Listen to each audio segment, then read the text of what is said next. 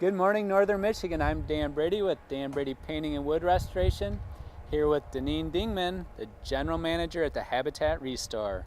Grays are really popular, and a lot of people just say, I'm going to paint my house gray.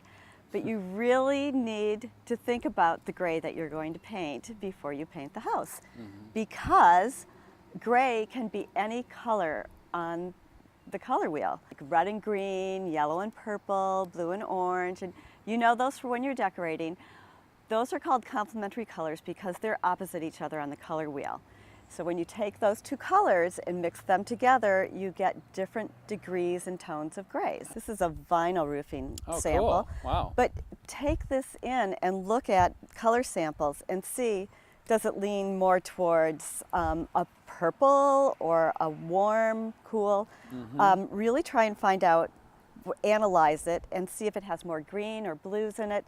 And then when you figure that out, then look at that family of grays. If you have a green roof and your gray really leans towards purples, it may look lavender when you're done, and your neighbors probably won't like it.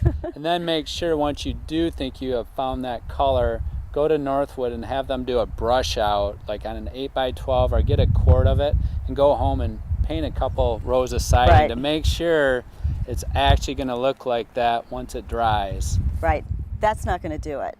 Right, that's a little bit too small. Yep. So that's great advice, Deneen, and color is a complicated thing, so. Yeah. Have you ever had to repaint something for somebody? Maybe once or twice. And that's why I do the brush outs. Right. So you do the brush outs, you're okay with it, the customer's okay with it, you're ready to paint. Good job. Thank you. Happy Friday. Happy Friday.